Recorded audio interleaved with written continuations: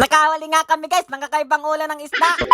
Hello guys, magandang araw. Ngayon naman guys, pupunta kami sa pamingwit. 2 fingers sa sangka. Nako, wala na naman kami sa mga bahay namin mga bel. Kagabi, nakipag-inuman kami ng toda. Tapos ngayon, eto, lumayos na naman kami. Bukas-bukas, matutuluyan na talaga kaming palayasin ng mga magulang namin. Hindi guys, itatry lang talaga namin mamingwit ay. Hindi pa kasi kami nakakapag ganito, kaya susubukan natin. Malay nyo guys, dito kami swerte ni EJ. Mamaya, mahuli namin yung buong ilog, hirap dalinan. Dito nga pala kami mamimingwit guys, sa tulay ng San Vicente. Kasi guys, si EJ yung nagturo sa amin ng spot na to. Nakapamingwit na daw sila dito guys, at grabe, sobrang dami nilang nahuling lamok. Hala ka, bakit lamok? Nagbuwang ka manay. Hindi guys, marami daw kasi ditong nahuli kasi ilog to. Abay malamang, may mahuli ka talaga dyan kasi ilog yan. Matino ka ba talaga? At nandito na kami guys, sa part na malapit na kaming malanok ng mga sawa. EJ, saan mo kami dadalhin? Baka may balak ka masama. Huwag kang ganyan pre, masakit pa yung puwet namin ni Abo. Hala ka, over the back ka dyan bes, hindi tayo trespassing dyan. At nandito na kami guys sa spot kung saan mahuli namin yung mga balyena dito. Hala ka, pwede sa akin crocodile bes, masyadong malaki yung balyena na yan. Eto na guys, sinabad ko na yung pako para seryoso na. Hala ka, si EJ guys, so masyadong excited. Sa mga mahuhuli namin guys, marami kaming plano doon, kaya sana pala rin. Pagpalpak na ba, si EJ yung sisisihin natin kasi siya yung nagaya. Kapag si EJ kasi guys yung nagaya, palagi na lang palpak, aray ka. Mukhang maganda yung spot namin ngayon guys, so parang nararamdaman kong marami kaming mahuli. Kaya kami guys nagkayaan mamingwit ngayon kasi kilaabo kami natulog kagabi. Kasi guys, pumunta kami ng dibuhan. Ay nalasing kami, kaya kilaabo kami nakitulog. Tapos guys, katabi ko matulog si Abo tsaka si EJ. Tapos nung madaling araw guys, nakakagising ako. Sabi ko parang may tumutusok yata sa puwet ko pre. Sabi nila, unan yan. Antigas naman ang unan nyo pre, saan ba gawa yan? At balik na tayo dito guys sa pamiwas natin. Dinadaan-daanan lang guys ng mga isda yung biwas ko, walang yaya. Tapos guys, yung pain kong bulate, nakahuli din siya ng bulate. Ganyan pala yan, dapat pala pinain ko isda para isda din yung mahuli ka. Ayan guys, ginawa ko na lahat ng pwesto, baka sakali makahuli man lang tayo. Umakyat na ako kung saan guys. Alaka, yung puwet mo bes, baka matusok, matulis pa naman yan. Sigaw ka dyan bes, para kang lechon. Si EJ guys, hindi makahuli sa biwas. Kaya ayan guys, hahabulin na lang daw niya yung mga isda sa tubig. Hindi, joke lang yan guys, lilipat lang siya doon sa kabila. Habang si Abo guys, napaka-loyal sa pwesto niya. Isang linggo na yan dyan guys, walang alisan. Kaya ayan guys, isang linggo na rin siyang walang huli. Habang ako naman guys, eto, ginagawa lahat ng best ka. Alaka, nagadrama na ang person na to bes. Hindi, lilipat lang ako sa bantang unahan, wag kayong ano dyan. Tapos guys, dumating na ang pangyayaring hindi ko inaasahan. Nakahuli ako guys, ulo lang. Ulo lang, hindi pa sinama yung katawan, napakuripot nyo naman. Isang oras na akong palipat-lipat dito, tapos yan lang yung mahuli ka.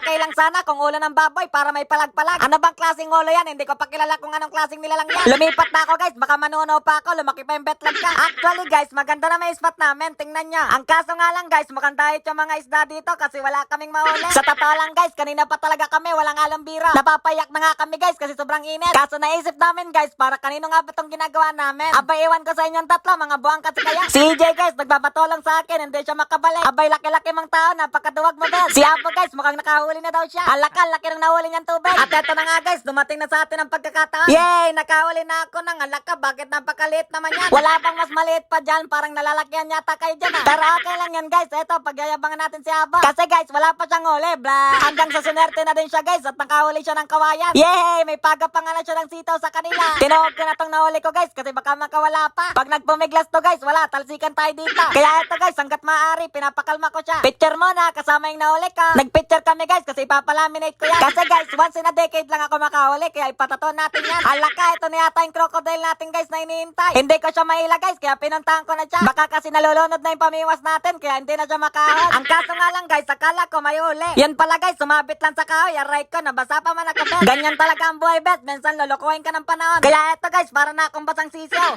Sumabit, buwisit yan. Try ko, nabasa pa. Buti pa din tayo sa may tulay ay, ano, bingwitin natin yung mga nadaang motor.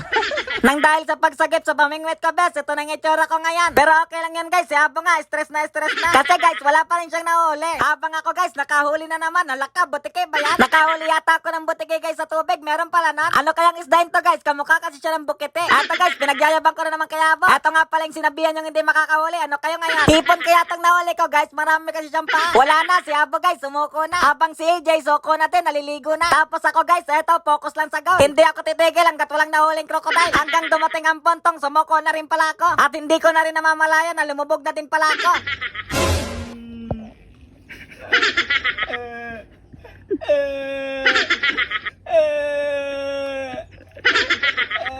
Wala na guys, sumuko na kami lahat, wala kaming nahuli. Ay, meron pala guys, ang kaso lang, parang pinagtitripan lang yata kami. Sobrang liliit ba naman, kulang na lang, dilis yung mahuli namin. Kaya naglangoy na lang kami ni EJ, pampalubag ng lang. Kesa ipilit natin ang ipilit na mamiwas ng mamiwas, wala namang mahuli. Buti na lang guys, nag-aral ako ng karate, kaya nakakita ako sa putik. Alaka na, ito na, wala na, nakikita na yung mga moves ko. Hindi ko typos, baka kasi malaman yung magaling pala ako sa karate. May nahuli pala si EJ guys na isa, medyo malaki siya. Paano ba yan, nalugi na naman kaming dalawa ni abo niya. Buti na lang, nakahuli ako ng dalawa, kahit kasi laki ng kulangot. Eto guys, paglalabanin namin yung nahuli namin ni EJ, kung sino mas malakas. Ang kaso lang, inatras ko yung sa akin best, kasi loging-logi. Kahit isubo ko yung nahuli ko sa bunganga nung kay EJ, kasyang-kasya. Yawa man, oy, napaglalamangan na naman tayo. Kaya eto guys, sumiksik na lang ako sa gilid para mag-emote. Alaka na ang ginagawa ko doon. Kitang-kita nyo naman guys ha, mula ulo hanggang pa, basang-basa kami. Kasi guys, nakahuli kami ng tubig. Aray ka, tuping gusto sa akin.